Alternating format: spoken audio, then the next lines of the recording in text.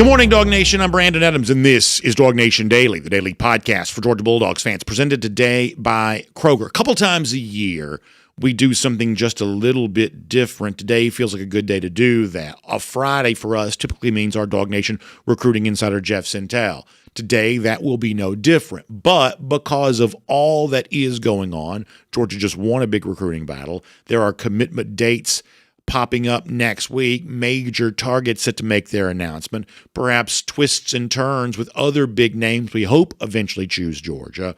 It seems like a good day to not just have a conversation with Jeff Sentell, but to have an extended conversation with Jeff Sentell and to do that off the top of the program. In fact, I'm going to begin here in a moment with new information as it relates to five-star linebacker Tyler Atkinson. We'll let Jeff tell us about that. There is a current Georgia commit that perhaps, as we kind of alluded to yesterday, maybe doesn't end up in the class. We'll kind of find out what's real about that, and we'll also hear about plenty of prospects who perhaps will end up in Georgia's 2026 class. Also after that, I've got kind of a crackpot idea today. I think that as we look at the future of college football playoff expansion, I think one of the real sticking points is, well, how do you get the right teams in the playoff if the selection committee is so bad at selecting the teams, which is literally their only job? I think it's fair. There is, however, though, perhaps one small thing we could do to make the act of picking teams and just a more, I think, educated college football conversation a little easier to have. I'm going to share with you what I think that is, and special treat today, too, before it's all said and done. The man of the hour from earlier this week, Ekene Ogboko. Why did he choose Georgia? He's going to tell you in his own words on this show today before it's all said and done. It is a Friday. We are jam-packed and happy to have you with us for it. It is DawgNation Daily, the daily podcast for Georgia Bulldogs fans, presented today by Kroger, and it begins right now. Today's episode of DawgNation Daily is brought to you by Kroger, fresh for everyone. Presented by DawgNation.com. This is DawgNation Daily, the daily podcast for Georgia Bulldogs fans. Here's your host, Brandon Adams. One of the things you kind of hear me say sometimes this time of year is we're sort of operating on a little bit of a summer cadence. We like to be relaxed. I love summer. And so we kind of operate on a little bit of a casual, kind of a friendly conversation. We're just sort of kicking stuff around, kind of riffing, shooting from the hip sometimes. And that's always really good. However, though, concurrent to our sort of waiting game for the season to begin, there is also a lot of very heavy lifting, serious work being done with the class of 2026. And I don't know if you're like me, not everybody in our audience follows recruiting. Many of you do. For those of you that do, I don't know if you're like me, but it just seems like we are just holding on with both hands to try to keep up with the pace with which all of this is happening. Now, for every recruiting cycle since 2018, the first year of the early signing period in December, we have seen a greater emphasis on the summer. If you want to go back to what recruiting used to be, about a decade ago or so, back then it's like one signing day in February. The action happened then in the winter leading to that February Wednesday. And so therefore the summer was kind of a time that coaches could take a little bit of vacation. Vacations are becoming a little fewer and far between, unfortunately, for a lot of these coaches, because with the way in which the calendar works now, a lot of these recruits want their decisions taken care of, their college home selected prior to beginning their senior seasons, which now kind of games sort of start relatively early August. That means practices are starting in July. That means the work they do needs to take place in June. And this year you've got two things going on. After this weekend until the end of August, I think that's right. The timeline, I think is, you're essentially dead for recruiting visitors. That's a dead spot on the calendar. No recruiting visitors anywhere for that period of time. That's why there have been so many visits taking place in the month of June. And that obviously for Georgia concludes here this weekend. And also, as you know, we've talked plenty about this, perhaps more than you even want, the ramifications of the House settlement, one way or another, sort of take shape July 1st. So all of this has kind of made what is typically a pretty fast-paced news cycle as it relates to recruiting in June, This particular year, I would say even more so than it's ever been before. We have more examples of that here today. In fact, I think today is an appropriate day to do something that we do a couple of times a year. I try to do this just because I think it's fun. Today feels incredibly appropriate to do that. There are so many things that I can kind of riff on and give you opinions about as it relates to recruiting, but some of this important enough that we need kind of an expanded conversation with our DawgNation recruiting insider, Jeff Sentell. We need to kind of hit a lot of these topics, and it's important enough that it just sort of makes sense to do that sort of right off the top of the show. So much different than our normal Friday protocol. Let me get ready here on DawgNation Daily, presented by Kroger, to bring in Jeff Sentell right now. And as a special treat, Jeff's going to join us for kind of an extended period here from the very beginning of the show. Jeff, I appreciate you doing this. Your time obviously very valuable, and so I'm thankful that you share some of it with us. And I want to jump right into it if you don't mind, because as Georgia gets ready to settle in and, watch more commitment decisions play out next week, and I believe host its final crop of official visitors for this month, this upcoming weekend, there's also other news playing out here too that has the potential to impact Georgia's 2026 class. We have certainly been watching the pursuit of five-star linebacker Tyler Atkinson lately as a for instance. I guess there was even some reporting that Atkinson, as a part of a 7-on-7 event, was even back in Athens here this week. But in the pursuit of Atkinson, we must be honest to say there's a little bit of, I think, what some are describing as an unexpected plot twist for this and kind of the late stages of this. Georgia had its chance to impress Atkinson. You're reporting at DawgNation.com and leads you to believe that went very well for Georgia, as you think that it might. The official visit for Atkinson this weekend was supposed to be Ohio State, but music scratch, completely different tone.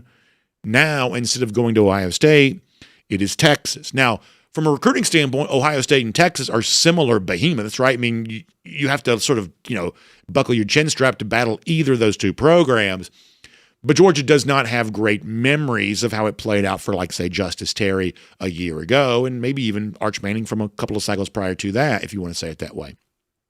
So what do you make of the fact that very, very late, in the eyes of plenty, somewhat unexpectedly, one of the most important targets remaining for Georgia has sort of now hastily scheduled this impromptu visit to Texas? How much of a threat to Georgia do you view that to be? Interesting way to start it out, Brandon. Good morning to everybody. You know what? Some folks, the way some folks rationalize Arch Manning to Texas and not Georgia. Well, Sarkisian, developer of quarterbacks, obviously that he has a better track record than what Georgia did for the Manning family, especially with the pedigree of that family. I think it's going to work inversely here, or it should work inversely, if you know what I mean. It should work inversely here. There's nobody in the country that develops linebackers better than Glenn Schumann and Kirby Smart at Georgia. Proof is in the pudding. You could go the NFL draft pudding. You could go the Buckets Award history, the names etched on that trophy.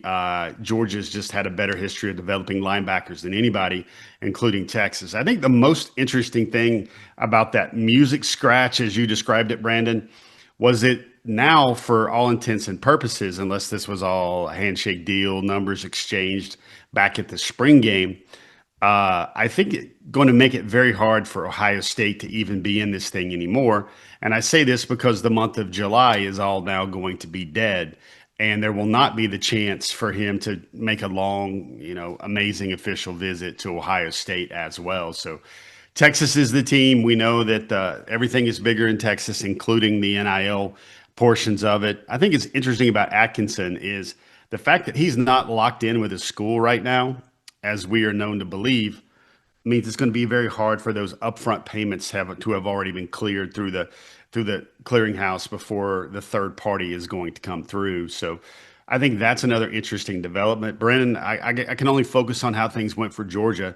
And by all intents and purposes, everyone I've spoken to, even the family members, Tyler Atkinson himself, people very close to that situation around Grayson High School, is that Georgia actually hit like one of those Azuna moonshot home runs from the 2021 playoffs of an official visit there for Tyler Atkinson. It went great. It went great on so many levels.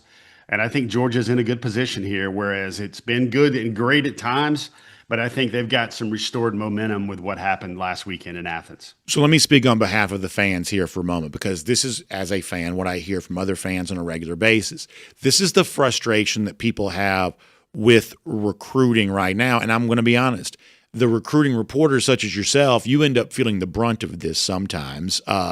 The frustration that gets expressed is, okay, well, by sort of rational logical arguments, long-standing relationship with Atkinson and Georgia. Georgia has a history of producing greatness from players that look a lot like Tyler Atkinson, linebackers like this.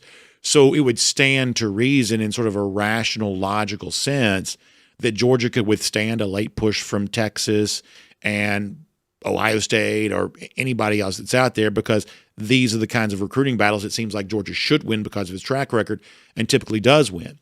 But what you saw with, like, say, Justice Terry a year ago and things like that is that the market is actually fairly irrational. And the fact that Georgia knocked it out of the park with an official visit, there are some fans that are, and I think in some cases rightly so, saying, I'm not quite so sure that matters anymore. Now, I don't know what I expect you to do about that, but this is the thing that I hear fans say all the time, and they sort of throw this back at recruiting analysts such as yourself of, I'm glad the official visit went well, and 10 years ago I would have high-fived my friend over that. I don't know how much fans are high-fiving their friends over Georgia knocked it out of the park with this official visit. It's the family feel, man. I just don't know how much fans are buying into that anymore. I think that we see a situation now where, rightly or wrongly, fans are getting pretty jaded, and the tells along the way to good news that used to matter, for some fans, it just means less than it used to. How do you respond? Trying to think what would be the more delicious piece of information I would share with you first, because there's two roads I could take. Let me go with the one that I think that usually wins the Brandon Adams taste test, and that is, Brandon, in today's day and age, the terminology, you can't knock an official visit out of the park unless you had the number exchange or the NIL conversation, and that was good, or that was acceptable, that was meaningful. If that part of your 48 hours goes wrong, then I think the whole rest of your official visit gets spoiled. Does that make any sense to you? Sure it does. That I think that they're not going to be feeling that certain type of way about Georgia. Perhaps if we were trying to pull all the curtains back on something like this, that Georgia is $1 million a year outside of the high bid. I just don't know if that's possible. I guess agreeable would be a word that, was enough would be a word that kind of, and I'm kind of using words loosely here, but what I'm trying to say is if you're not even in the ballpark, to continue the baseball metaphors here, if you're not even in the ballpark, I think this day and age, the modern way of looking at it, then it's going to be hard for that official visit to go great, if that makes any sense. I think makes a lot of sense, yeah. Now, the other way I would do this is I would say, and this might make you want to get up and down and pound the table pound your fist on your desk, your snazzy, slick new desk you got there, sir. I think this is a big litmus for Georgia, and I think this is why. Because I was going back through, kind of putting a lot of Tyler Atkinson stuff together for this summer, and I was going back through, I think the first time I spoke to Tyler was like in March of 2021. He was actually the very first 2026 recruit I followed on social media, because I saw him live. I'd been getting videos of him training, and when he was in the 8th grade, Brandon, he looked like a 10th grader that Georgia would offer. You have that connection. I mean, think about this, Brandon. Tyler Atkinson was in Sanford Stadium on at least one, if not two, of those natty celebrations. Yeah. Crazy. Marcus Howard has been his longtime trainer. Astute, savvy dog fans that have been following the Dogs for generations now. They know Marcus Howard used to play defensive end for Georgia. He had some time in the NFL. He was a terrific pass rusher in those black jersey games of the black jersey era. Way back when in 2008, when Georgia was rolling, 2007, when Georgia was rolling, they beat Notre Dame. So that's building block number 2. Building block number 3, he's been to Georgia 15 times. And that's not even counting, I'm told, some of the 7-on-7s, perhaps. game day visits, everything else like that. Like Tyler Atkinson, Brandon was there before when he'd taken pictures at Georgia when pictures were still allowed on everything, on any type of unofficial visit you want. Another building block here is it just goes back a ways, Brandon. There was a point when Nolan Smith was getting drafted and people looked at his size and they said, well, perhaps he's probably going to be an inside backer as much as an edge guy in the NFL. Like they wanted for his draft profile, Nolan needed to display a lot of versatility where he could move inside the box or play out on the edge, even though he was only like 6'3", which is not the prototype for an edge rusher in the NFL. Kirby Smart told Tyler Atkinson that, hey, maybe you ought to look, dude, I know you're a demon off the edge. I know you can pass rush really well. Edge looks great for you, but you might want to kick it inside and get some reps at inside linebacker because it looks right now you're not going to be one of those 6'5" guys, 6'4" guys. Family took that scouting advice to heart. It was sage advice. Tyler Atkinson moved inside, and now not only can he still do what he does, kind of like the Jalen Walker role on the outside rushing the passer, but he's also the nation's #1 linebacker prospect. So I don't know if all that stuff kind of built up here, Brandon. Sure. That is about as good as a case as any school can make without me trying to be repetitive here by mentioning draft picks, Butkus Award winners, NFL development, national championships, home state school. Tyler Atkinson has a very effective NIL brand right now. I believe most high school football fans in the state knew who he was 2 years ago. I'm told that you can go to Dick's Sporting Goods. Sorry for the plug, but I'm just giving information here that you can go to Dick's Sporting Goods right now around the metro Atlanta area and see some posters of Tyler Atkinson working out.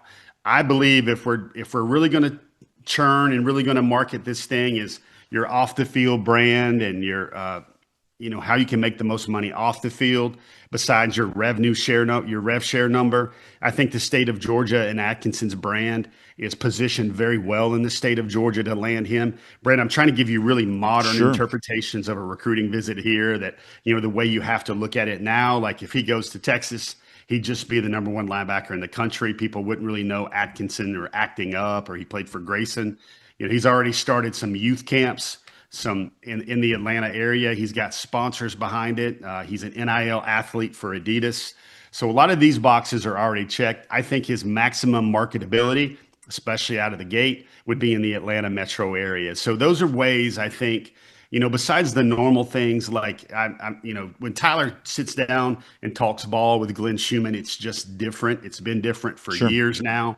And when everybody does chalk talk else, the time flies by. Like we even wrote in our DawgNation story that 2 hours with Atkinson and Coach Shue feel like 30 minutes to everyone else, and he could do it all day long. So the other thing about Tyler is he is a relentless worker. He wants to find a school that will break him. I'm talking like Rocky IV training montages with the 80s hair metal bands blaring in the background.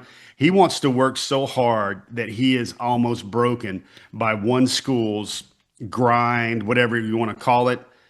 Those are places where Georgia's just ideally set up. So in summation there, my TED Talk will end by just saying this.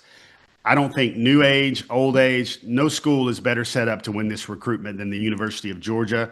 And I think it would be a litmus if Georgia can't land this guy that they've been recruiting for 4 or 5 years. I get all the Justice Terry naysayers and everybody, but I think the connection with Atkinson and Georgia is at a deeper level than it ever was with Terry. All right, really interesting stuff there on Tyler Atkinson. We have plenty more recruiting stuff with Jeff Sentell. Hang tight for me 1 second, though, Jeff. Let's take some time to introduce the show.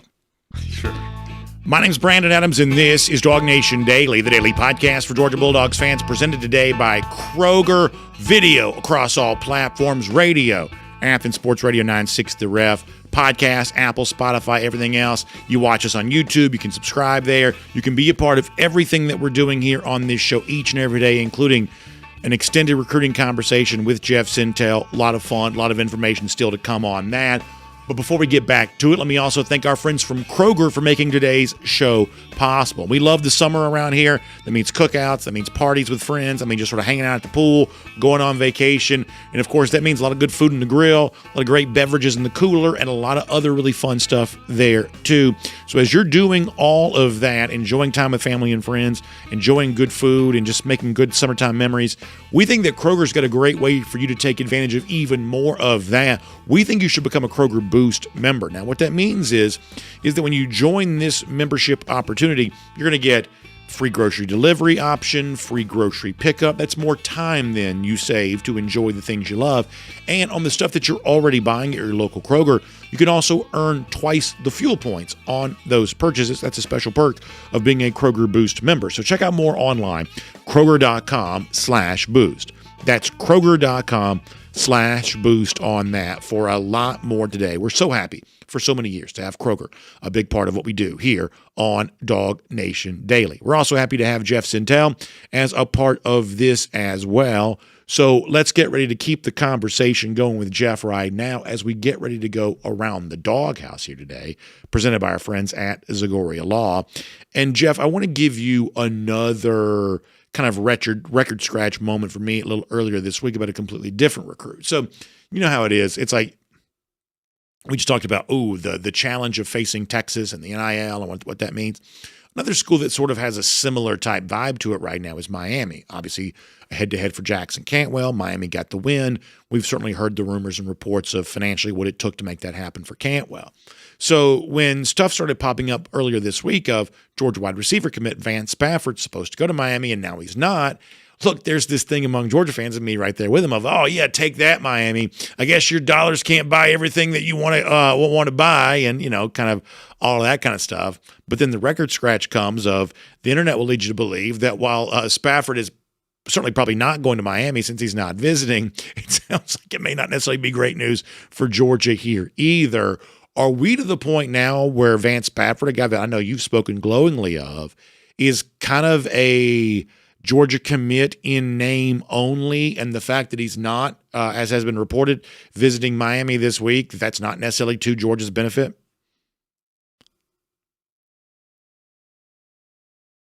I think Jeff may be muted.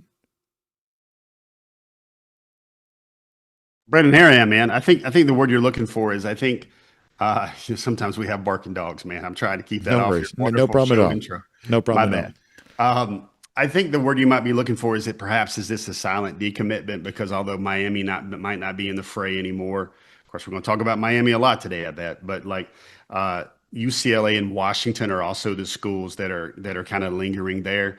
I think Georgia benefits a little bit, Brandon, by the fact that you're only going to get so much money for a slot receiver that's only like 5'10", 5'10", 5'11". I don't think those prototype packages are going to be there for a slot receiver as they would be perhaps for a 6'4", 5-star. I think that helps a little bit, but also UCLA and Washington. But you got to kind of lean on. And listen, my friend, I'm not trying to give you a hallmark view of this because I know the way I look at recruiting and the way you look at recruiting, probably the best way to do it is somewhere in the middle. Vance Spafford, he's told me for the longest time, ever since the first time I talked to him, that he wanted to have a new experience with college football. And that means he wants to get away from the left coast. He wants to play in the biggest league, and he wants to be challenged a lot. And I think Georgia is the only school remaining for him that I think is in his wheelhouse that is an SEC school. And he also said he kind of wanted to get away from the Pacific and the West Coast and everything else like that. So I don't know, Brandon, if everybody's worldview kind of changes a little bit when the business side of recruiting kicks in. But Vance Spafford last year, I got to know him last year when he won the fastest man at the Under Armour Future 50. Started talking to him. He made a quick commitment to Georgia. Georgia got a visit, and they were quickly number one. It was everything he wanted. It was really, for a time, it looked like it was going to be either Ole Miss or Georgia. And Georgia's got that box checker going on right now, where if he ends up with UCLA or Washington, which is kind of the buzz that if it's not Georgia, it's one of those two schools. Then A, he's not in the SEC, and then B, he's kind of still living in the same area code, same time zone. There is also potentially another receiver that Georgia could be in good shape with. We're going to talk about that more coming up. But for now, let me wrap up around the DawgHouse, presented today by our friends at Zagoria Law. Now, listen, you've heard us talk about Zagoria Law for quite some time. It's an interesting story, right? Folks who've dedicated themselves to kind of a narrow aspect of personal injury law, we think this is valuable expertise. And if you find yourself in a situation where you've been bitten by a dog that wasn't yours, maybe injured, knocked over, for instance, by a dog, and you can kind of trace this back to certainly looks like the owner negligent, not taking proper care of their animal. It gets loose, it harms you or someone you love. Well, we think you deserve your chance to fight for compensation in that scenario, just like any other personal injury situation. That's what Zagoria Law is all about. They literally wrote the book on how to win these kinds of cases. They're the only law firm in Georgia that specializes in the sort of personal injuries that can occur because of dog bites or being knocked down or something like that. So if this is something that you would benefit from, if this is part of your story, you've been injured by a dog, give them a call, 833-GA-DOG-BITE, dog spelled conventionally D-O-G, 833-GA-DOG-BITE, or find them online, ZagoriaLaw.com. That's Z-A-G-O-R-I-A, ZagoriaLaw.com. You're experts in personal injury when it comes to dog bites and folks injured by negligent dog owners.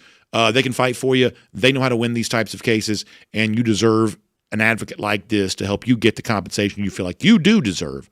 Great to have Zagoria Law as a part of Around the DawgHouse here today. All right, so if you're just joining us, we got Jeff Sentell, special earlier extended conversation with him. We've talked a lot about Tyler Atkinson. We just hit the latest rumors and reports about Vance Spafford. Jeff, let me also, and I'm going to try to do this in like rapid fire time over the course of the next like 5 minutes to hit as many topics as we possibly can and sort of keep this moving for people who want to get a lot of information. Let me start with Monday. That's when the 4-star edge from North Oconee, Kamari Brooks, is set to make his announcement. He's visited Georgia probably more times than we can count, and probably even more times than have been reported. But Alabama has also been a factor in this recruitment too. How contested do you think it is for Brooks on Monday, and how much of a favorite do you think Georgia is for his services? After all, he just lives right down the road.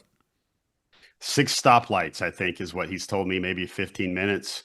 Step-grandfather played for the 1980 Natty Championship team. His great-uncle Horace King was one of the revered first 5 African-American football players, black football players at the University of Georgia. DawgNation will be there on Monday.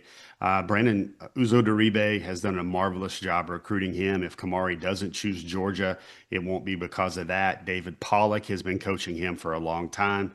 It's kind of interesting how I look at him, Brandon, and I see him as a top 50 player in the country. He's won 2 state titles in basketball. He's a state championship guy in football this past season. I would feel comfortable saying that Georgia is the team to beat there. All right, so we're going to be watching that closely. Then later on, and as Jeff said, Monday, 3 p.m., live coverage of Brooks' announcement here on DawgNation. We had some great fun with Ekene Ogboko earlier this week, and that fun continues. We certainly hope it does if you're a Georgia fan with the commitment of Kamari Brooks on Monday. We'll be giving it to you live here on the DawgNation video channels. Also, speaking of Ogboko, before we're done today, as part of our Long Drink, Long Finish, Jeff Sentell's conversation with Ogboko. We're going to share that with you today. If you want to hear Ekene in his own words talk about, kind of how he chose Georgia, what I thought was a very, really insightful interview that Jeff conducted. We're going to give that to you coming up before we're done here today. You're going to really, really enjoy this. Now, speaking of commitments and announcements and things like that, I'll tell you, Jeff, we're also getting closer to decision day for Craig Dandridge, completely different wide receiver. Craig Dandridge out of Cambridge High School. And I think we have this to show you. The Corky Kale, Dave Hunter 7-on-7 games have been ongoing. And I tell you, some of the highlights that have come out of this for Dandridge, really amazing. I mean, his ability to go up and high point the football and to really be, I think in our state right now, as talent rich as we are, one of the deepest states deepest states in the country for talent. I would say that right now, Dandridge is one of the more dynamic playmakers by virtue of some of the stuff we've seen from him already this summer. Made some real dazzling catches this week in Atlanta as a part of that 7-on-7 event, creating space for himself to get open, just really kind of knows how to find the football. How interested are you in what goes down with Dandridge later on this week? Interested. Brandon, I think he gets Georgia. I think Georgia gets him. I know we made a lot of fans for Craig Dandridge when we asked him about NIL specifically, he said that schools that offer up a lot of NIL are trying to compensate for areas that they don't have the boxes checked in. That sounds very much like a Kirby Smart way of doing things. Brendan, he's a kid that could go to Stanford. He took an official visit to Stanford, Georgia Tech. Oklahoma is his last official visit this weekend. He's a guy that, make no bones about it, once James Coley got a really strong eval on him, he was like, that's my guy. I got to go get him. I got to have him. He's made him an absolute priority. He not only did that at the 7-on-7 at Corky Kell, Brandon, he does it everywhere. He had 1,400 yards last year, playing some very good teams. And Dandridge also did that at a 7-on-7 camp inside the facility and the footprint of Georgia at Butts-Mehre. This is a guy Georgia really, really wants, and they've really prioritized him over the last couple of months. So that's one of those. We never go to Cambridge, Brandon. This will be our first trip to Cambridge, but we plan to be there on a very busy Wednesday for Georgia football recruiting. Yeah, so we'll be watching that closely. Let me also kind of expand things out too, because I know we're also coming up on commitment day for Malachi Lee out of Hawaii and others. So I know you guys did a great job of chronicling this on Before the Hedges presented by Kroger Wednesday, which was actually recorded there at South Garner High School in Garner, North Carolina, just outside of the RDH. Give me more of these sort of commitment decisions that are also looming in the days ahead. We talk about Dandridge, we talk about Brooks. I mentioned Malachi Lee. What else should be on kind of immediately on the radar for Georgia fans as we roll towards the end of June and really into July? Because while it's a dead period for visits, commitments can take place at any point in time. So draw out these next few days for me here just for a moment. I'm going to take a second and give you guys really good context, because I think context really matters. At the top of your show, Brandon, you were talking about how the timelines are crazy now. Well, the new modern timeline, Brandon, is Georgia for the last 2 or 3 years would traditionally pick up like 6 commitments from July 1st to July the 20th. That was the wheelhouse where Georgia, and really Kirby looked like an air traffic controller, where he would try to line them up, where he would have like fireworks and crescendos. He would have a commitment a day choosing Georgia, and for like 4 or 5 days in a row, really build momentum for the class. Everything seems different these days. Everything seems a little bit more sped up. Brendan, it seems like they're going to do this now, starting with Ekene Ogboko.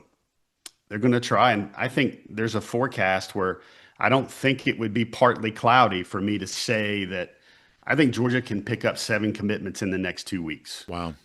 That's how crazy things could get. And there might be 15 announcements where Georgia has a hat on the table. That's the context. Now let me kind of pinpoint a few things. You mentioned Malachi Lee, June 27th. If folks want to start a write-in campaign for DawgNation to be in Hawaii on June 27th, sure, hit all of our social media platforms. Demand we be there, because I mean, hey. Listen, people already know this from all of my DawgNation cruise behavior and things like that. I've already got the tropical theme shirt. So, I mean, if we want to go do something live on remote from Hawaii, I've already got the apparel for it. I can pull out the Tommy Bahama or anything like that. I've got plenty of that in the closet, as people know. Listen, y'all, Brandon is not against taking the trip anywhere, no doubt about it. That closet will reciprocate.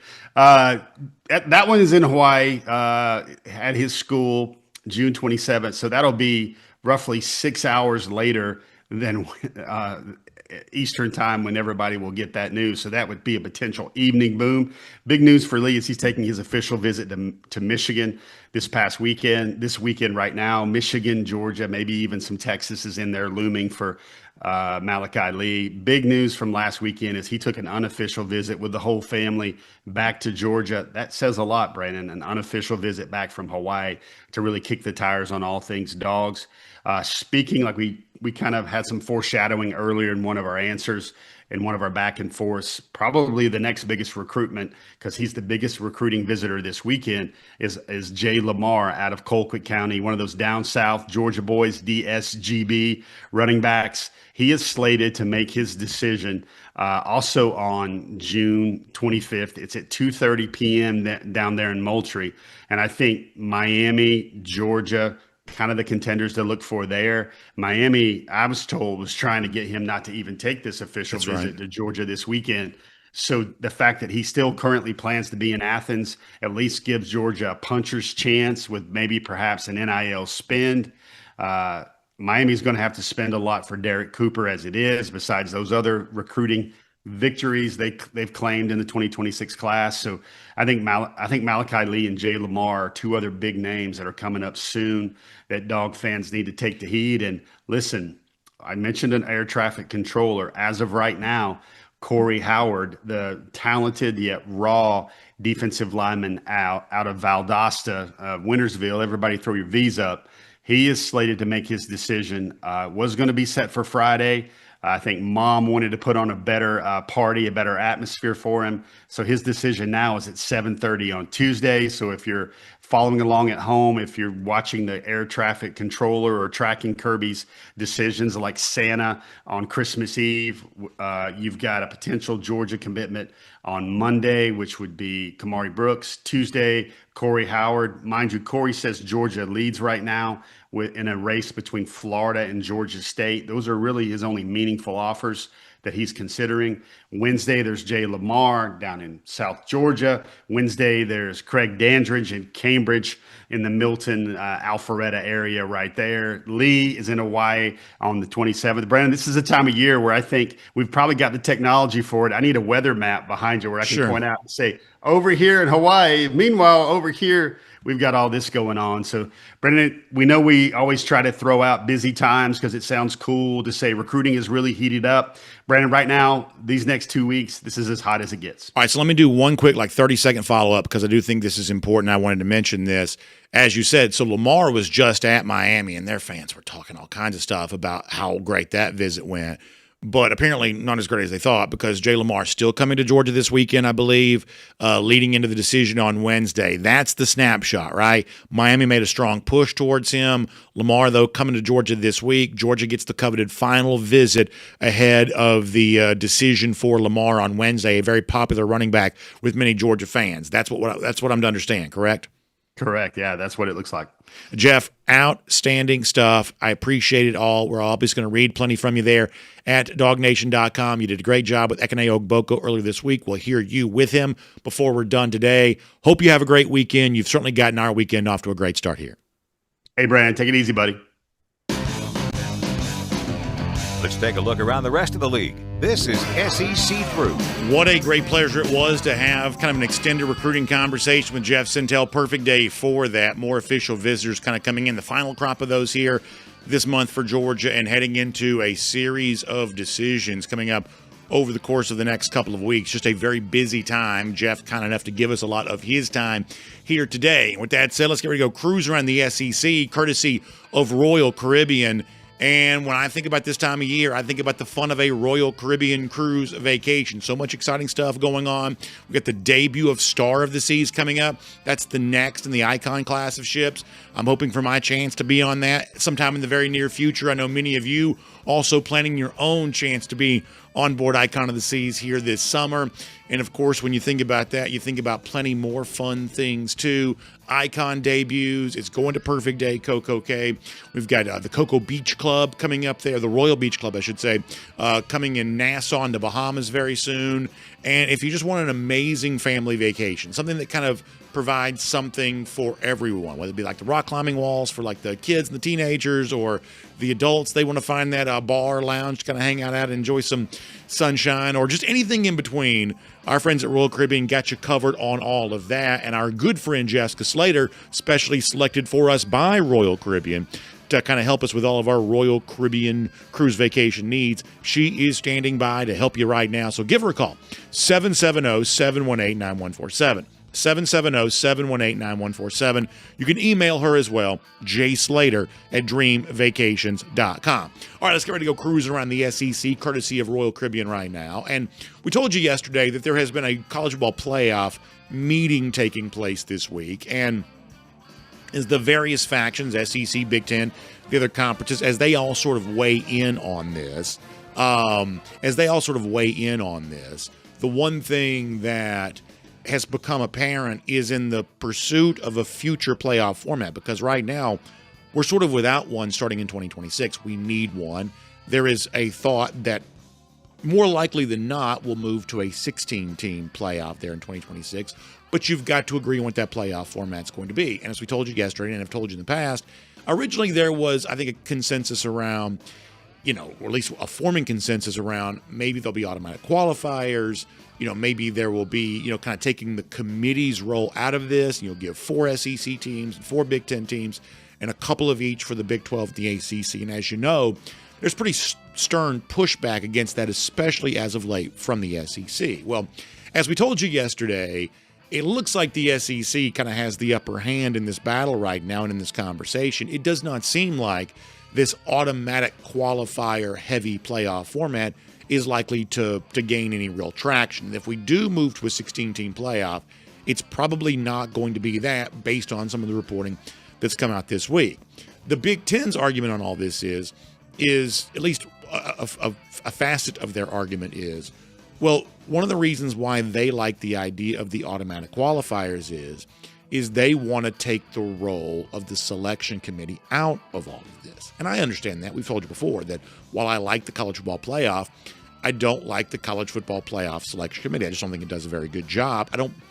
I'm not even so sure that these folks really watch the games, and they certainly don't watch the games the same way that you and I do, big college football fans. I just think we're more invested in this than they are, even though they get the prestigious position of being in the college football playoff selection committee. But I was kind of thinking about, okay, well, how do you solve this problem? How do you make the task of selecting playoff teams a little easier? And I came up with an idea, and this is one of those things, maybe we'll talk more about in the future. It's probably kind of dumb. I'm not super smart, so I probably have some dumb ideas. This may be one. But as I sort of think about what is at issue sometimes with how you select a playoff team, here's what I've concluded, is that I would say the committee and college football fans by and large, media, another kind of category here, I would say all three of these sort of pillars of stakeholders within college football, the committee, the media, the fans. We all, whichever one of those kind of, silos we find ourselves in, we all have a pretty good idea of what the top 25 in college football looks like. So-and-so had a top 25 win. We kind of have an idea of what that is. We sort of know what that means. But do you realize here for a moment that the top 25 is essentially just a social construct, right? I mean, when it first started, it was like a top 20, then it moved to a top 25. It's just a random designation that got made up. It could have only been a top 15. It could have been a top 30. We could have made it anything all those decades ago when this happened, going on almost a century ago. We could have made it anything. It just got made into a top 25. But because it's been in our lives so much, we have now, I think, crafted a fairly common picture, whether you be fan, media, committee member, we have a fairly common picture of what a top 25 team looks like. So when Georgia beats a ranked opponent, everybody has a fairly common understanding of what that means. Here's what we don't have an understanding of, though.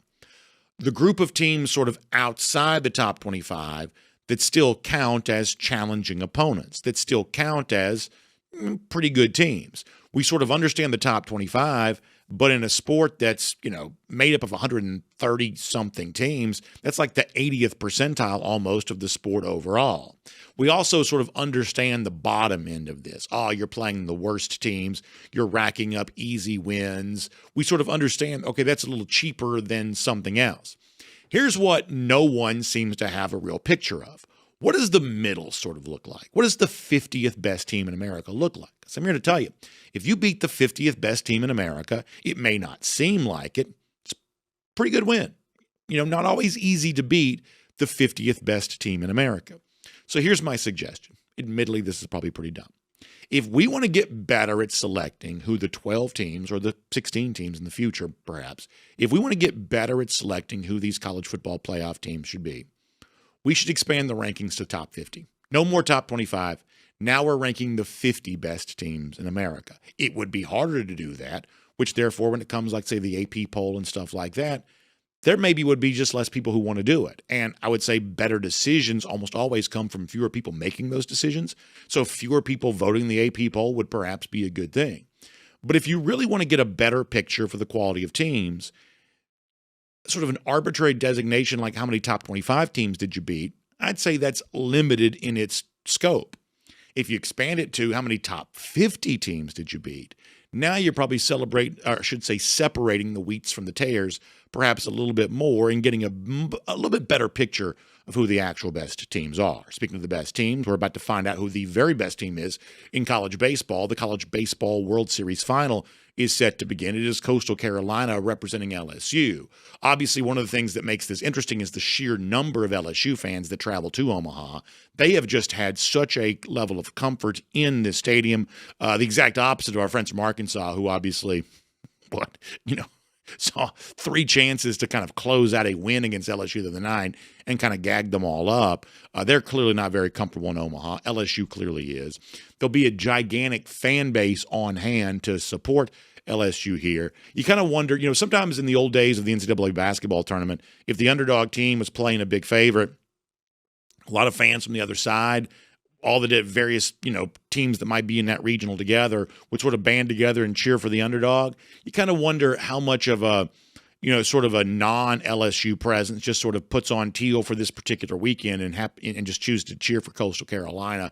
But nonetheless, the SEC has, seemingly had a team in this final for every year now, going back, a decade plus, and for a half decade or so, it seems like they won the national championship, and so LSU carrying the flag for the conference here this weekend. There against Coastal Carolina should be pretty good baseball. This is a Chanticleer's team that's also played really well along the way. I'll also finish with this here, cruise around the SEC, outside the SEC. I saw where the state of Michigan is proposing a law that essentially directly challenges the NIL clearinghouse put together on the other side of the House settlement. This is sort of the latest proposed challenge to all of this. I don't know that it gets very far. I don't know that the University of Michigan is even necessarily in support of this. They have officially agreed to be a part of the Big Ten's collective agreement to follow the rules of the House settlement. But there's going to be folks going rogue. We've seen that related to the sort of Title IX of women's sports. We're now seeing another state legislature try to challenge all of this. It's going to happen. It's one of the reasons I believe if you have any chance of putting some stability back with the sport, you need federal intervention. I don't think it's as much of a pipe dream as some people have suggested it is. I think you could get it. I think there's growing support for it. And eventually, that's where I think this is probably going. But the college athletics leaders are going to have to just sort of submit to it and allow it to take place, which right now I think they've had some resistance to. But the state of Michigan is challenging this here right now. We'll keep our eye on that.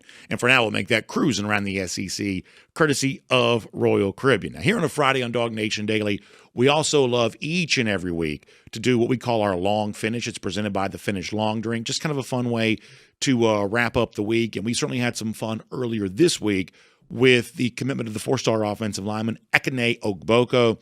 Big win for Georgia. Ogboko is a fascinating young man, and when his commitment decision was over, he spent some time with our Jeff Sentell talking about exactly how it all went down. So in honor of Ogboko's news and in celebration of good work by Jeff Sentell, Kaylee Manziel, up in North Carolina this week as a part of our Long Finish presented by the Finnish Long Drink, let you enjoy an interview with Ekene Ogboko here right now. Now, I know our audience is already wondering, where do you get that shirt from, man?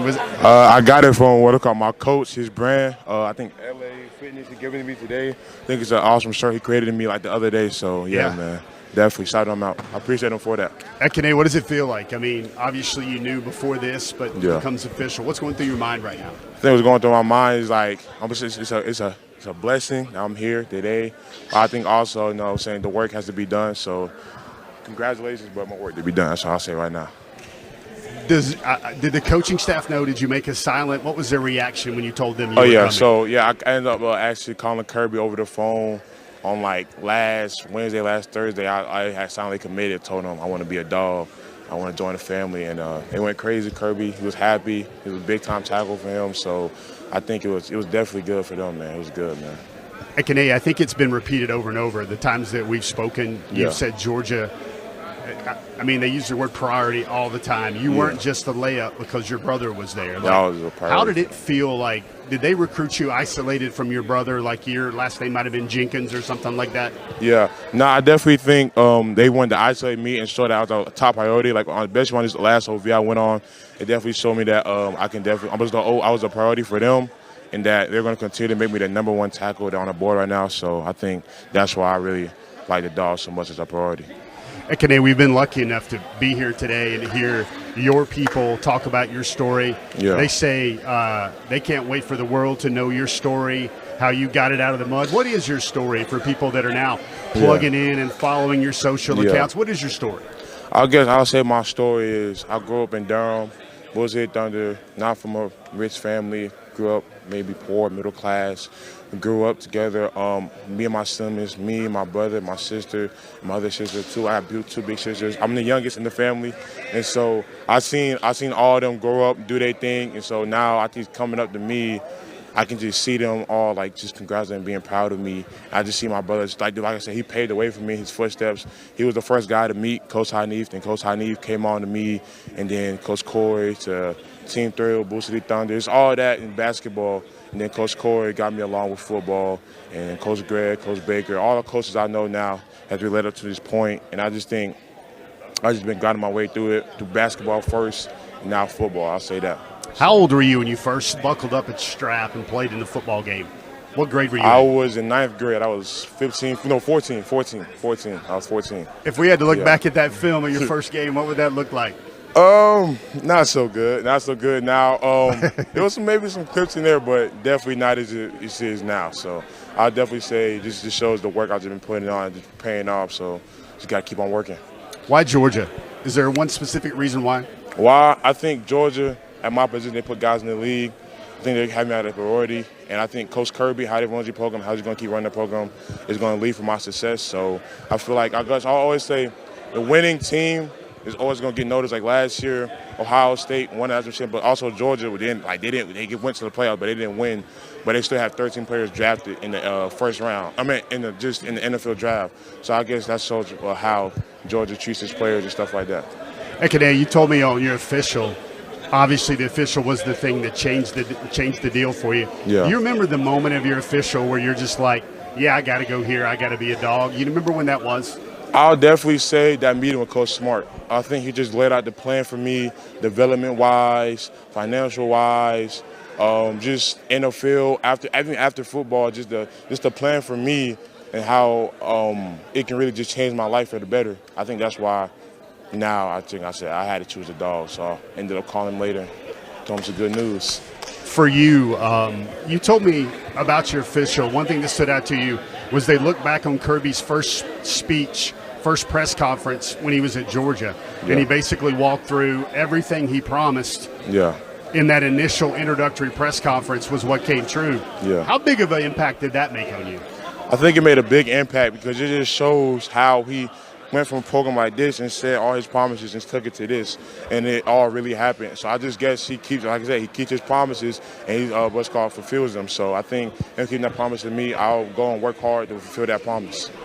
Ekene, a lot of you guys this day and age right now, the current thing to do is commit and then quickly shut it down. Like, does that feel right for you? Are you shut down? Are you still going to talk to other schools, or is this drop the mic, you're done? I think, like I said, drop the mic. I think I'm going to shut everything down. I think I'm fully committed to the Dogs, 110% committed to the Dogs, fully committed. I'm probably just going to shut everything down, man.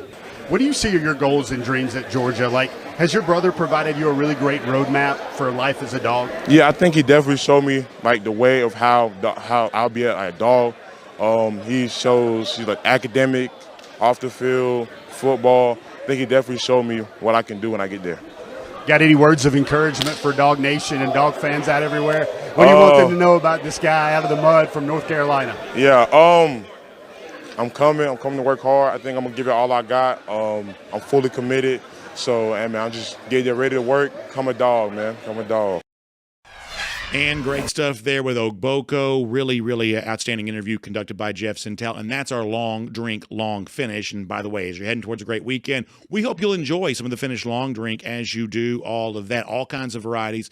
There's one out there for you, whether it be here in the Peach State, the peach-flavored version. People are liking the long drink pineapple here right now. That's always a lot of fun. Some of you like the long drink zero. That's no carbs, no sugar. The truth is I should probably drink more of that than I do. Long drink cranberry, you can check that out. My favorite, though, still that blue can, traditional citrus, grapefruit-flavored gin kick. It goes great when you're playing golf or at the pool or hanging out with friends in the backyard, whatever you got going on this summer, the Finnish long drink ought to go along with you for it right there in your cooler. You pull it out. It's a mixed drink you can drink right out of the can. It's already mixed for you. So we love it. It's a ready-to-drink cocktail, and it's unbelievably great flavor. So make sure you check out the Finnish long drink online at thelongdrink.com.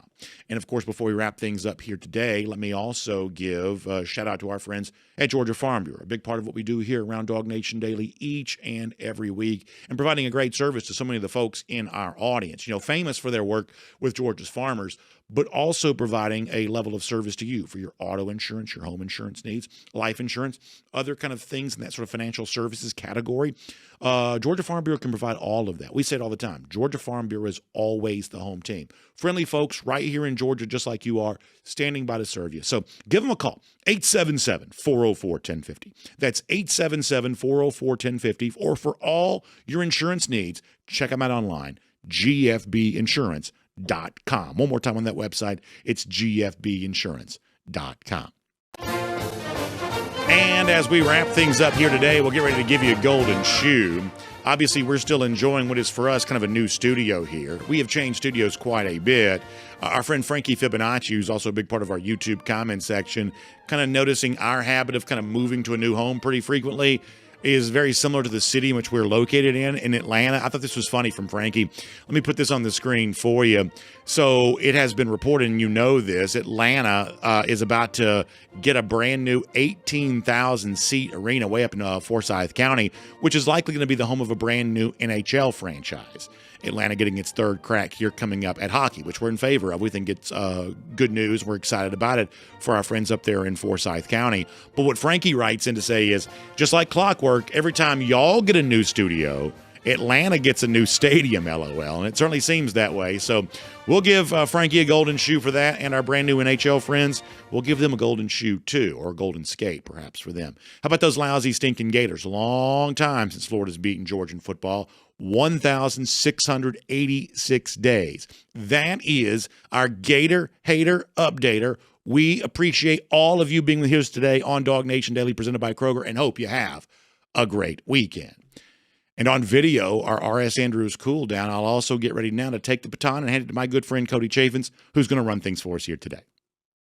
Appreciate it, BAS, the R.S. Andrews cool down. R.S. Andrews, the ones you turn to for your heating, electrical, plumbing, all your needs there, and they sponsor the cool down every day. I appreciate Brandon let me sit in. He had to run off to a family event, so we'll be here chatting with you guys a little bit this morning and just kind of watching the comments and watch you guys just go back and forth at each other on a Friday. You're all fired up, and I love to see that. So appreciate you guys being in the comments today. I was just watching the DawgNation.com chat and see some guys over there talking about a few different things.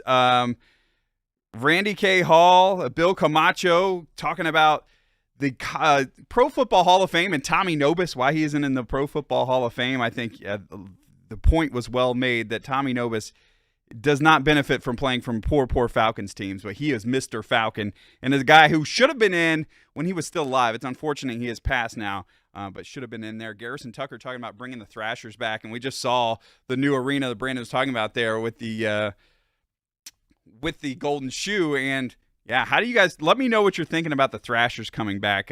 My dad and mom used to be big fans of the Flames back in the day. I went to some Atlanta Knights games. They weren't NHL, of course. I went to a couple Thrashers games. I never really could get into, I'm a Atlanta guy, Stone Mountain, Georgia through and through. So not really huge on the hockey. I'm interested to hear what you guys feel about that. Good morning, Aisha. I see you on Facebook right now. Prediction on total rushing yards for the Dogs in 2025. All right, so we got to go through the list here, and let me look up, Garrison. Let's cheat, and let's see what Georgia had last year rushing. And I think they've got to go over. I think the issue you'll run into with rushing yards and the stats is that Kirby and Bobo consider a screen pass a rushing play, and it will not go down as rushing yards, but they consider that, and Kirby has been very strong about it, an extension of the running game. So how do they feel about rushing the ball? Is it a true running play if it's just between the tackles or off tackle with Nate Frazier? Those are big questions. So I think they will go over what they did last year. I think the Nate Frazier talk of a big-time year, again, I think they're going to mix in Josh McCray, who's the transfer, of course, from Illinois. And I don't think the way you've got to rack up those yards is you got to hit some home runs. And Georgia just has not been able to hit home runs in the rushing game, it seems like, the last couple of years. You're not having guys break off 75-yard touchdown runs. Now, you will have a chance to do that in the first couple of games especially, but I think those are games, too, where you're not going to keep Nate Frazier in there unnecessarily. You've seen too many injuries in the backfield over the last couple of years to have Nate Frazier rack up those kind of meaningless yards, and I think you kind of need that to pad your stats a little bit. Randy asking, do we ever consider doing a 1st and 15?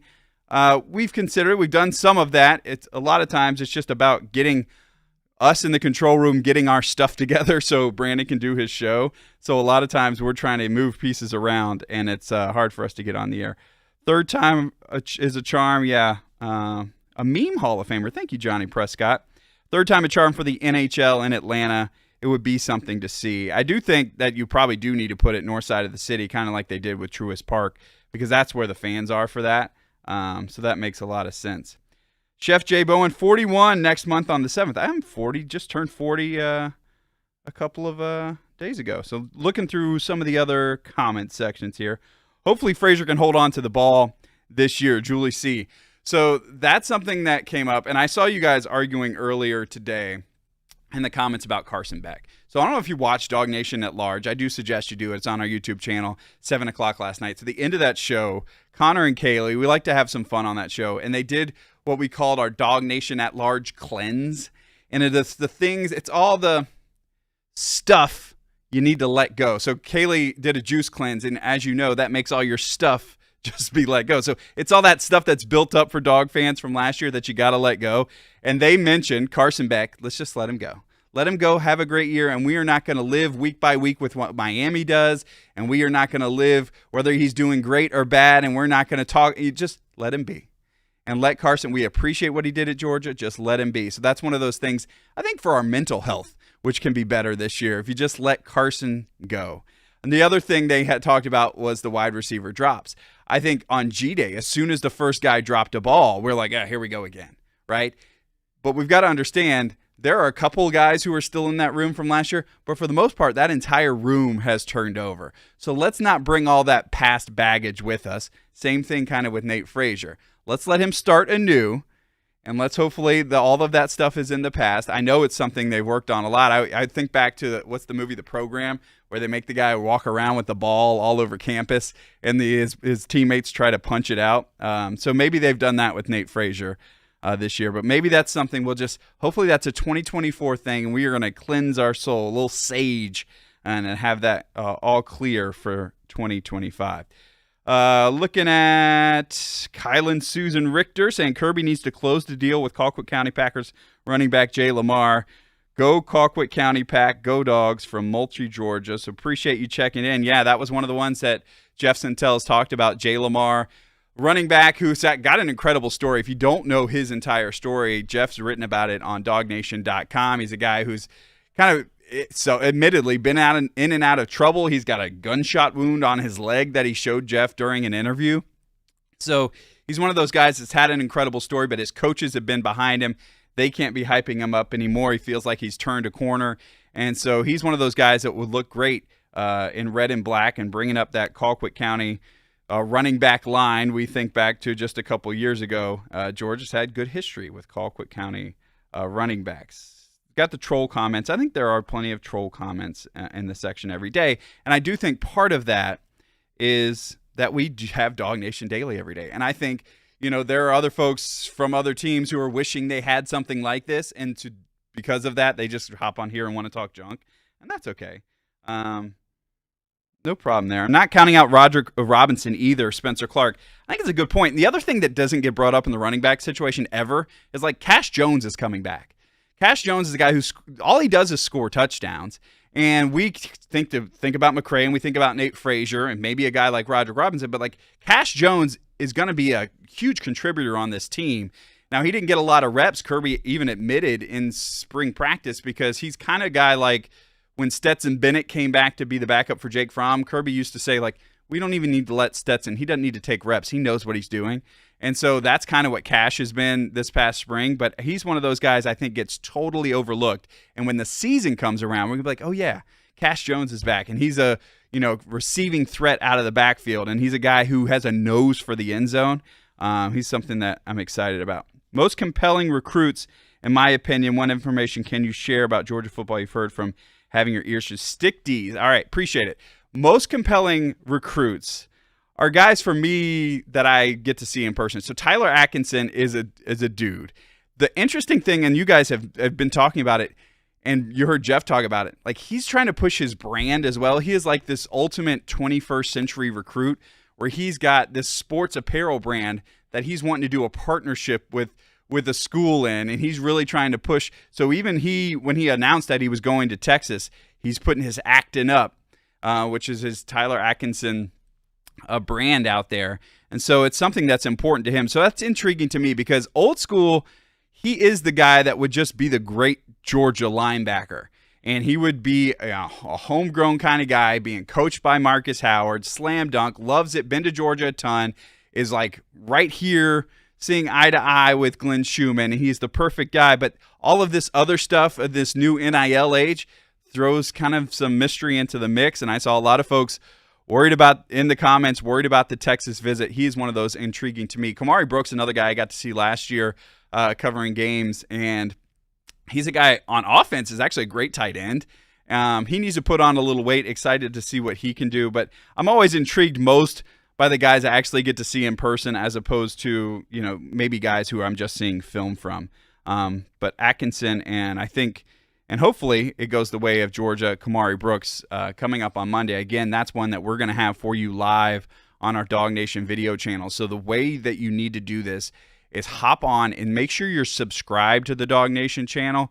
And if you're subscribed and you've got alerts, as soon as we go live for that one, you'll get a notification. And that way, if you're running errands or you're at work or whatever you need to do, you'll be able to see that we are going live and you won't miss it. Because some of these commitments, and we got Craig Dandridge, I think, coming up later next week, are going to be ones that you'll have to oh, there you go. How about our new logo there saying subscribed? Those are going to be ones you're going to want to have alerts on for. And because they're coming at different times than you're used to your 10 a.m. DawgNation Daily, you'll want to have that as well. And from what I'm hearing, there were a lot of big-time eyes on our broadcast last week when we did Ekene Ogboko. So you're going to be in there. You may be in the chat. Now, Jackson Cantwell didn't end up coming to Georgia, but he was watching on our chat one day and chatting with folks. So you never know who's going to be in the chat and who's watching along with you, because we are one of the folks that we're going to be there and we're going to do it right when these guys are committing. So we're kind of the broadcast that everybody defaults to for that reason.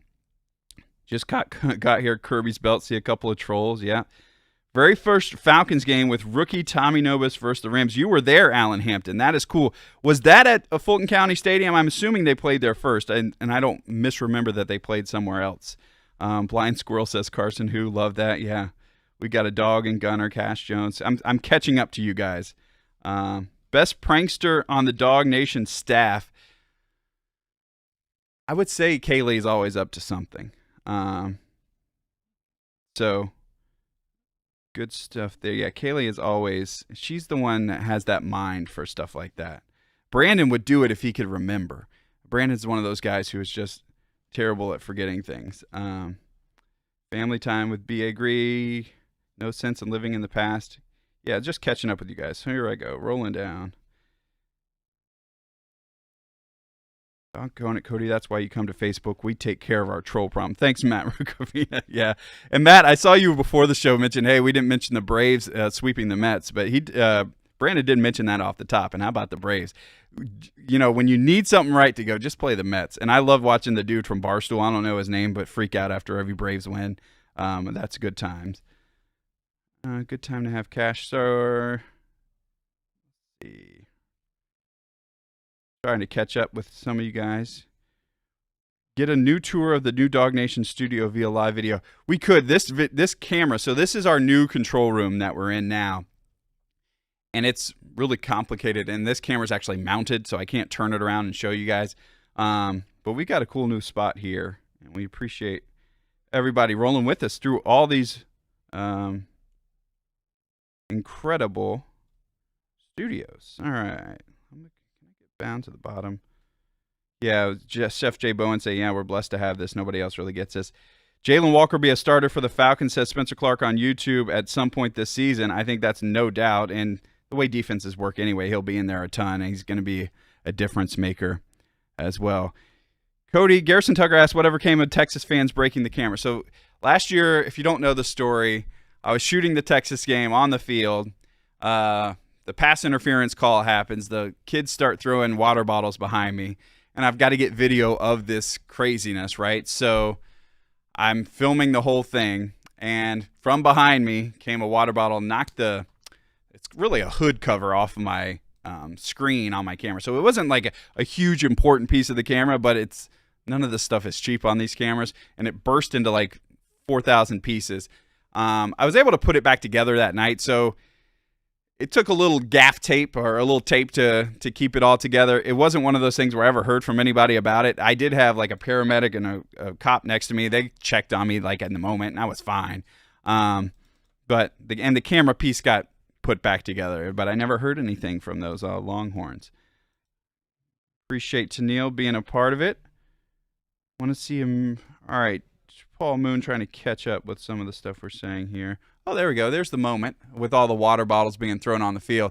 And you see, yeah, one just kind of crashed into me. And it didn't hit me. It just hit the camera, luckily, because they were full water bottles with caps on. What's interesting, like if you go to Mercedes-Benz Stadium now for like an Atlanta United game, they won't let you have the cap to your water. And in fact, they've stopped giving you the bottle. They make you pour it into a cup because they don't want bottles being thrown on the field. So I wonder if that's something that they will consider doing in student sections moving forward. But yeah, it was an interesting night that ended really well. One of the other things that happened that night, right after that, they had a student in the student section be carried out in a stretcher. And so all of that craziness was happening while the cool drone show was happening. So I never got to see the drone show at Texas because I was worried about this kid who was getting carried out on a stretcher out of the student section. It was a wild, wild night in Austin, but it was so much fun. They're saying, looking at some of the other comments, they say they owe me a new camera. It's not my camera. It belongs to Cox Enterprises. So, let's see. I live in Watkinsville, says Johnny Prescott. Might head over to Brooks' announcement ceremony to see some DawgNation folks. That would be interesting. So what we talked about, I filled in on DawgNation at large. We were talking about things we miss about college football. We kind of miss the old days at Butts-Mehre on a signing day. So now that you've got this chance to get together in Watkinsville, which right down the road, I wonder if people would do that too. And I haven't seen anything about the commitment from Kamari Brooks other than that we're going to stream it. So I don't know if it's open to everybody. It's been really fun to do the ones that are open to everybody. I think back, I was at Trayvon Walker's down in, I'm going to screw it up, Thomaston, I believe, and instead of Thomasville. But so the whole town turned up for that one. And his parents were born and raised there. Same story for Malachi Starks in Jefferson. That place was packed. So those are always fun when they have actually a lot of community because these guys are committing. And remember, school's out, so it's like an empty building. You don't even have like the students to come fill it up. So kind of fun if you get some folks in there. Yeah, Paul Moon throwing bottles to change a call is just sad. But here's the thing. It worked, right? Like you can be mad at him, but it worked. And the referees that night just said, all you got to do is do this, man. And we saw it the rest of the last year. It'll be interesting to see moving forward. Thank you, Faraday. Yes, I got Thomaston right.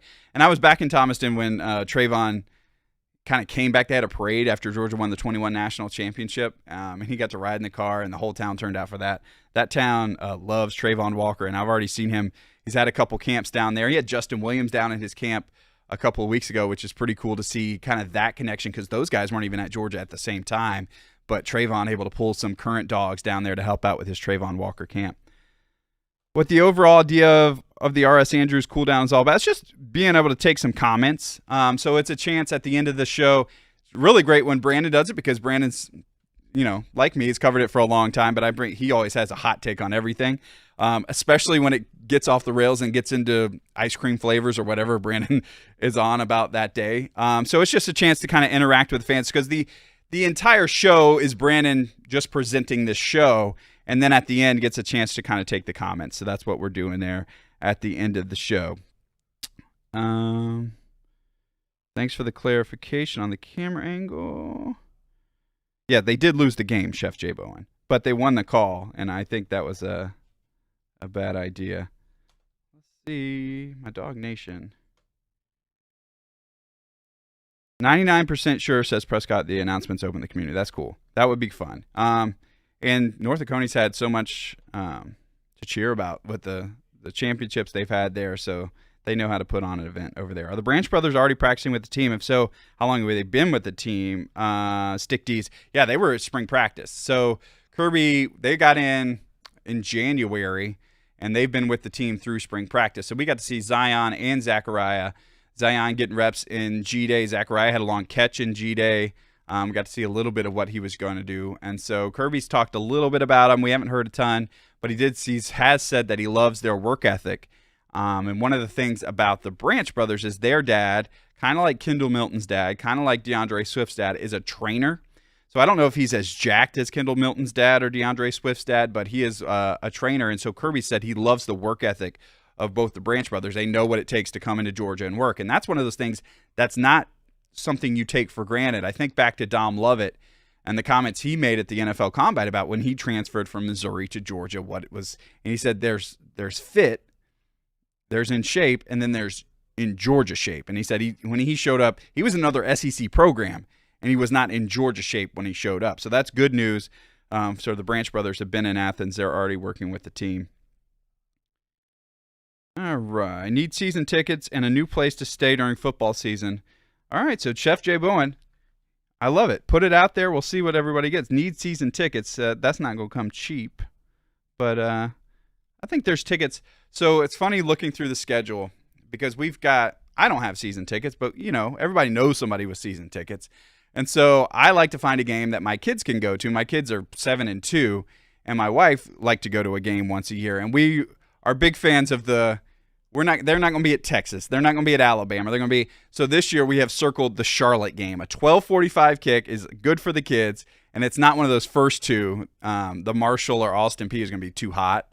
And so I think our kids will be there November 22nd against Charlotte. So there's going to be some great times in Sanford Stadium this year, but the second half of the Austin Peay and Marshall games may not be some of the best times of the year. So it's going to be interesting to hear Kirby at what point he will blast the fans for not being loud enough, because he's going to want to hype them up for when Alabama comes to town on the 27th. Texas had no business losing in December to Georgia. They forced like 3 fumbles and couldn't get one as well, missing 2 easy field goals. Yeah, they had their chances, right? Gunnar Stockton threw the ball right to him. And his least nice moment of the year last year. Tyson Browning, blast from the past. Trying to remember his name the other day. He was Cash before Cash. Love Tyson Browning. If you're talking about Oconee County and Oconee County legends, it is Tyson Browning, right? He won a state title for the Warriors of Oconee County. That was before North Oconee ever existed. And I think he and Tony Taylor. Tyson Browning's still around a lot, too. Tony Taylor, another Oconee County dog. See what everybody else is. Brodo Baggins has got his season tickets. Other running backs behind Frazier. We got Josh McCray, who's a transfer from Illinois. He's going to be kind of a big dude who's coming in. So he's a transfer. We'll see what we can expect out of him. He is one of those guys who missed spring practice, so we haven't seen him on the field yet. So we'll have him. Roderick Robinson still there, still recovering. He was not ready for G-Day, wasn't there, but he was in pads. He just wasn't able to play. So hopefully he'll get back and mended, and he's ready to go and be that bruiser. He was a guy this time last year that everybody on the DawgNation staff was really excited about. He was going to take the next step because he had a great spring practice a year ago and then got hurt, unfortunately. So if he can stay healthy, I'll be excited to see what he can bring. Then, of course, we talked about Cash Jones. Chauncey Bowen's in there as well. We'll see if he can take a next step. Didn't get to play a ton as a freshman. Dwight Phillips is a little speedster guy. He's your Tyson Browning 2.0 is what he reminds me of. His dad's I think, Olympic track athlete, so really good stuff right there. And there you go. Paul Moon answered the question as I was looking. All right. All right, viewers, what does UGA need to be most concerned with this season? Florida, Texas, or Alabama? Interesting question. The most concerned is the one you got to hit first. You got to win at Tennessee, right? Like, let's prove that with this new quarterback, you can win on the road, go into that environment, and then get back for Alabama. I think you got to take them in order. It's one of those things where we do love to, like, be worried about this big picture, who's going to get you. But the thing is, in the SEC and the schedule Georgia has, week to week, anybody can get you. If you'd asked me in the second half of Kentucky last year, so preseason, you just said worried about Alabama. The second half of the Kentucky game, we were worried about Kentucky. So there's going to be those moments. You got to worry about going to Auburn. You know, there's plenty to worry about, but you kind of got to take them in order because, boy, oh boy, it is not easy. Commander Cody, cool down. Chris Milton is jacked. So yeah, I get behind on the comments here, which is good and bad. Catch up with some of you guys. I think it's Florida, Anonymous Hand thinks. I think Florida can be definitely up there. That game is going to be much more interesting than it ever was. We didn't feel great in the first half. Now, we didn't have a quarterback playing very well that day. But, yeah, and then the defense. A couple long ones. That was one of those times that Malachi Starks. And, I watched most of the games from the field, so those going away from me touchdowns are the hardest to, like, and I don't get like the replays they have on TV until I get home the next week. So I remember everything the first time I saw it, but was it Starks down there that got beat right off the bat? Some of those long ones. Chef J. Bowen in Oak Ridge. Yeah, we're trying to find hotels up in Tennessee right now. It's tough. I'm going to end up driving all the way back halfway home. And at that point, do you want to stop? So that's the big question. Tyson works for UGA now. Talked to him last year at the Wire Park. Love that guy. Thanks, Johnny Prescott. So that's why we've seen him around. That makes sense. Bill Camacho, thanks for being here today. Would love to see Dwight Phillips get some chances to run wide. The young man can scoot. Kent Holcomb. Yeah, it was one of those things after that was the Florida game last year. They called him Peanut, right? Dwight Phillips kind of got that end-around sweep. It was one of those things that Kirby, after the game, we asked him. I was like, hey, how did Bobo build this in? Because Bobo was catching a lot of heat. But that's something that Bobo said, hey, I want this guy. And Dwight Phillips was a person who may not have traveled, except Bobo's like, nah, I kind of drew something up for him, so we need him on the bus.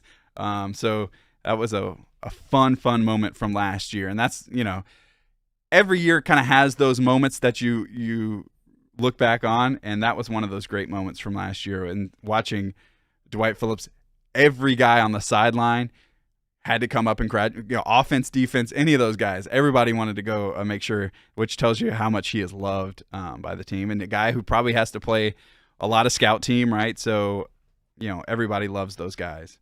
Texas should drop the bag on Atkinson right now. Dude's going to be a beast. I think there's no question dude's already a beast. And, anybody could drop the bag on him. Georgia's got at least that back-end relationship stuff is really strong there, and that's what you got to feel good about. If you can match the money, right? That's the question. Everybody loves it. So Brandon loved to say yesterday, everybody loves to say we live rent free, and everybody loves to think everybody else lives in their parents' basement. It's kind of feel sorry for Arch at Georgia. Kirby's about to unleash on that kid. I think G Bama boy, I love the idea of that, and I do think Kirby will have some stuff for Arch that will have him seeing ghosts a little bit. That's going to be fun because I do think that one, it's probably a little personal as well, especially Kirby thinking back to, Kirby and obviously Arch's uncle Peyton having their battles over the years. So that's going to be exciting. Doubletree and Oak Ridge, not a bad place to stay. Chef Bowen, let me write that down before I forget. This is what I need. I just need to crowdsource all these things. For you guys. I nominate Peanut Phillips to be a gunner on the punt team this year, DT. That's something that Georgia takes serious. They're going to put the best guys out there. If he's big enough to make a tackle, that's my only worry. He is not a huge guy. Beautiful arm like Chris Leak. You guys are funny. Cody Cooldown can't happen every day, but I appreciate it. Cody, have you done any work around the Braves when you were? I was not on that channel. I was on another channel, Channel 5 in Atlanta. I did a lot of work with the Braves when I was there for about 10 years. So I was in the dugout quite a bit, down at spring training quite a bit. Was there the night they won the World Series in Houston. We were talking about, I think Jeff on today's show made a reference to a Ozuna home run. I think it was the Soler home run that they hit out of the park. I remember that very, very distinctly. What a night that was. And what's crazy about that, and I'll tell you a little behind the scenes of what it's like to be a sports reporter. So the MLB, the night the Braves won the World Series, what ends up happening is we've got to get in place because I worked then for a Fox affiliate and the game was on Fox. So we were going to go live right after Fox went off the air. So we had to be ready to be live. And so in order to do that, we needed to go down and be right behind the dugout, inland the tunnel behind the dugout, and ready to go onto the field as soon as the game ended to get the reaction and the celebration and all that stuff. So for that reason, we have to leave middle of the seventh inning stretch. We're getting up and getting our stuff together. We're having to walk. I was watching the game from the center field. There was a media area all the way down underneath the stadium, fighting the crowd and getting in place. And so the end of that game, there were no monitors in the tunnel in Houston. So I had no idea what was happening. We're trying to get updates on our phone, and the Wi-Fi in this concrete tunnel is terrible. So I never got to see like the last outs, like when I've seen it now. But Freddie Freeman, puts the ball in his back pocket and they all celebrate. I never got to see any of that because we're just waiting for MLB to say, yes, we can go on the field. It was the same thing. I was at the Super Bowl 51 in Houston for the Falcons, and that was one of those. In the fourth quarter, I had to go down under the tunnel. Now, they had some very small monitors, but we had to watch the meltdown of the Falcons on this tiny monitor in a stadium tunnel, and then had to go ask all those fun questions in the locker room after that. So there you go. There's a little of my history. Justice Terry might be a Jalen Carter type. He might be. I think Dog fans, it's one of those things, like once the guy doesn't come, you're like, he's a bum, right? No, I think we have to admit some of these guys are really, really good. Excited to see what Justice Terry can be. Not excited to see him against Georgia. But he's a guy, if we had a ton of respect for before and the things he could do at Manchester, then we got to have respect for him now. So we'll see what he can do for Texas this year. It'll be somebody we'll keep our eye on for sure. Terry's going to be great. He is a big dude, too. We went down there, Jeff and I, to Manchester to talk to him. He didn't play a ton his senior year. He got hurt a little bit, but I think they were kind of saving him for the playoffs. Really interesting right there. Talking about some of the other recruits. Blind Squirrel Sports knows his recruits.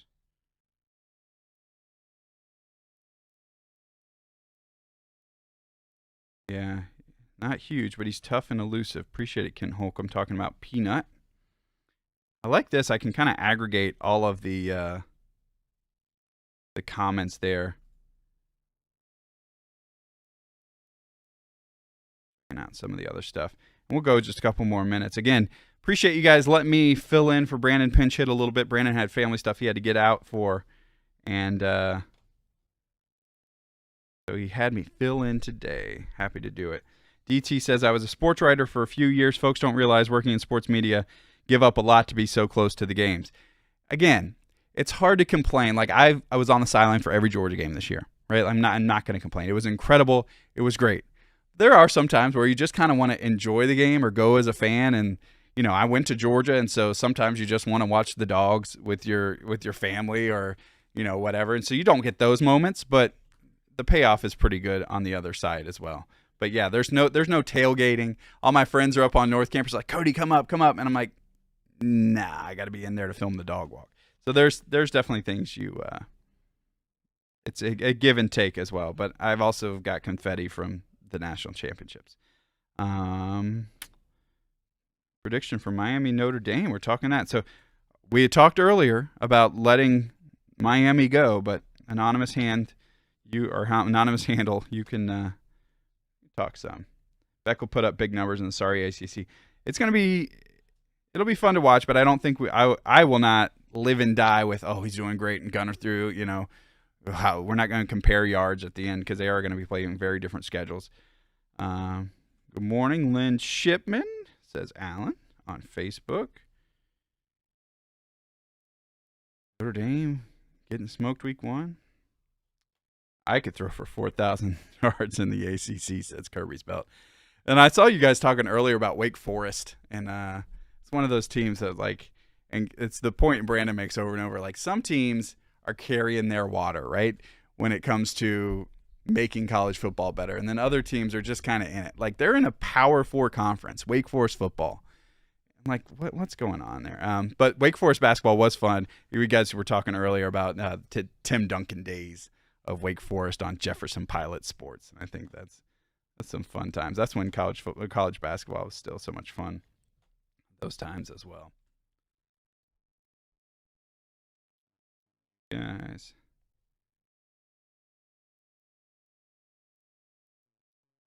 Faraday was in our chat today.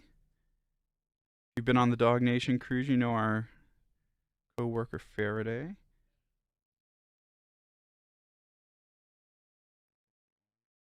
Everybody just arguing with each other. It's hard to sort through the arguing with each other. Give me Rudy Moneyline week 1, says RKD. It's so funny. It's actually a pretty decent point. That Woodcrest says all the elite players choose Georgia just because it's Georgia, and everybody else chooses everywhere else because of money. And that's one of those things that, that's another thing we could just cleanse out of our system. Some guys come to Georgia for the money, right? They all want to be, some guys it's about money for Georgia too, and Georgia's got money. Blind Squirrel Sports. I saw exactly what you're talking about on YouTube, talking about Fox 26 in Houston cutting their entire sports department. Don't like to hear stuff like that. And like Houston is a major sports market. It's not like a small market that doesn't have professional teams. And I worked in local TV for a long time, and you saw places that didn't have major sports cut sports departments. And it was kind of alarming, Blind Squirrel, to see that happen and to see that they say they're still going to cover it. Like, you can't. One thing I will tell you is you can't send a news reporter out into a locker room, and you got to know A, how to act, B, what questions to ask, and there is an art to it, and it's not something you can just say, hey, now go today and show up to, Houston Texans practice and go talk to J.J. Watt. Right? You just can't do that. That does bother me a little bit, and it's a trend we see too much. We manage it differently than the Texas and OSUs. We absolutely do pay dudes. And that is one of those things that, we're not going to get some of these guys that we're getting if we're not paying them. But let's be competitive and then hope those other things do push Georgia over the top. And I think that's for the Atkinson thing. That's what you're going to have to do, right? You're going to have to meet the money, and you've got the relationship, so you're hoping that pays off. Does the dust up between Indiana Fever, Connecticut Sun raise your interest level in the WNBA, says Johnny Prescott. So I've watched the video multiple times. I do love that somebody's going to stick up for their teammate. Like, you're not going to hit Caitlin Clark. It's especially as like a former offensive lineman. That's what you're like. You're not going to hit a quarterback late and get away with it, right? So we're going to be in there. I do love it because I think that's what you want. That's sports, right? That's the interest we want to see. And so I think it doesn't hurt in the league. It's like hockey fights, right? They got to let them fight a little bit because it's not a bad thing. It's like NASCAR, they can wreck a little bit. They can be a little rough. We need some of that stuff. So don't hate it. Return on investment superior to Texas. See, that's the question. And that's the thing that Georgia will try and sell, Lance D, is that, let's look what's going to happen to you here. Georgia going to be ready for Tennessee? That's the question. What will Gunner do? And I think he's played in some big spotlights already, right? Like, it doesn't get bigger than the college football playoff in the Superdome.